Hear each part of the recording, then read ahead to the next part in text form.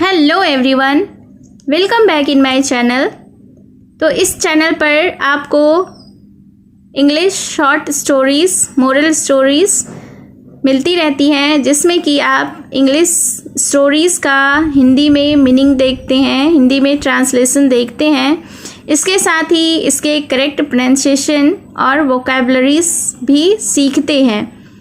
तो ऐसे ही मैं एक फिर से इंटरेस्टिंग स्टोरी लेकर आई हूँ। इस स्टोरी का टॉपिक है द क्लेवर क्रो।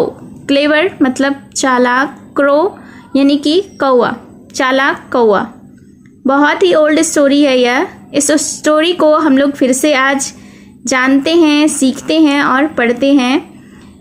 इस स्टोरी का मैं वर्ड बाय वर्ड हिंदी में ट्रांसलेट और मीनिंग बताऊंगी, तो वीडियो के एंड तक बने रहिएगा। और अगर आप इस चैनल पर न्यू हैं तो सबसे पहले मेरे चैनल को सब्सक्राइब कर दीजिए और जो बेल का आइकन दिख रहा है उसे भी प्रेस कर दीजिए, ताकि मेरी आने वाली हर वीडियो का नोटिफिकेशन आप तक पहुंच जाए। So let's begin the story.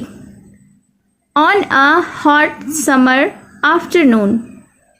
Hot यानी कि गर्मी, समर यानी गर्मी का मौसम जो होता है उसे समर कहते हैं। आफ्टरनून यानी दोपहर।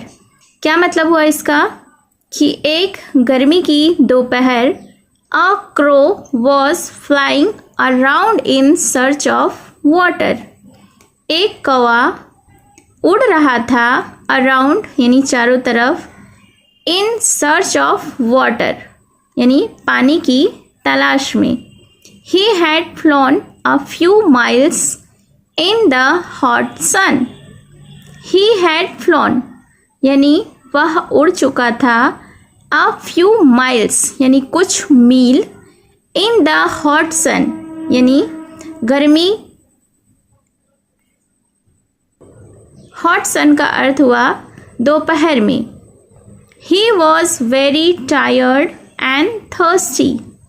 He was यानी वह था, वेरी टायर्ड, टायर्ड यानी थका हुआ, बहुत थका हुआ, एंड थर्स्टी और प्यासा यानी वह बहुत थका हुआ और प्यासा था। ही लुक्ड अराउंड उसने चारों तरफ देखा, but could not find any leaking tap और पडल। उसने चारों तरफ देखा लेकिन कुड नॉट फाइंड यानी पा नहीं सका या ढूंढ नहीं सका, एनी लीकिंग टैप यानी टपकता हुआ नल, और पडल यानी पोखर। तो इस सेंटेंस को हम लोग फिर से डिटेल में देखते हैं कि उसने चारों तरफ देखा लेकिन उसे कहीं भी टपकता हुआ नल या पोखर नहीं मिला। He sat atop a tree. वह बैठ गया, अ टॉप यानी सबसे ऊपर, अ ट्री यानी पेड़ के, and wondered where he could find water.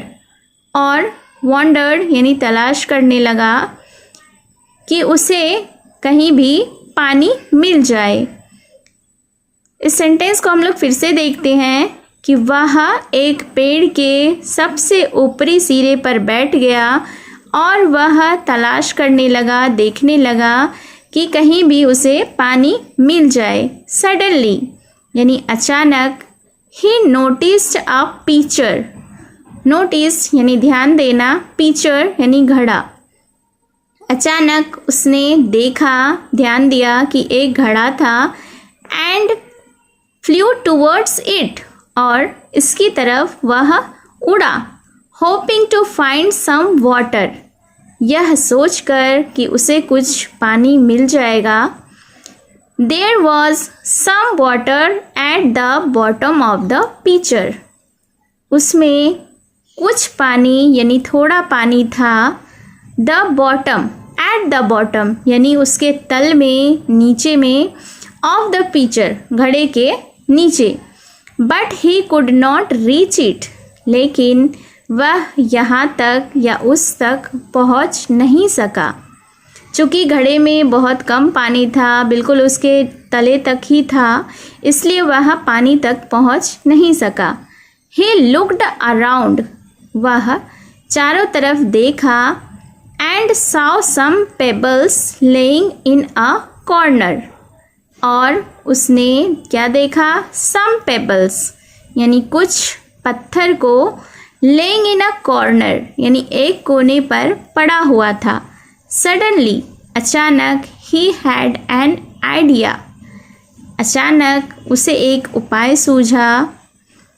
One by one यानी एक एक करके he picked up the pebbles, उसने पत्थर को उठाया यानी कंकड़ को उठाया in his beak यानी उसके चोंच में and dropped them in the pitcher, और उसे पीचर में घड़े में एक एक करके गिराया।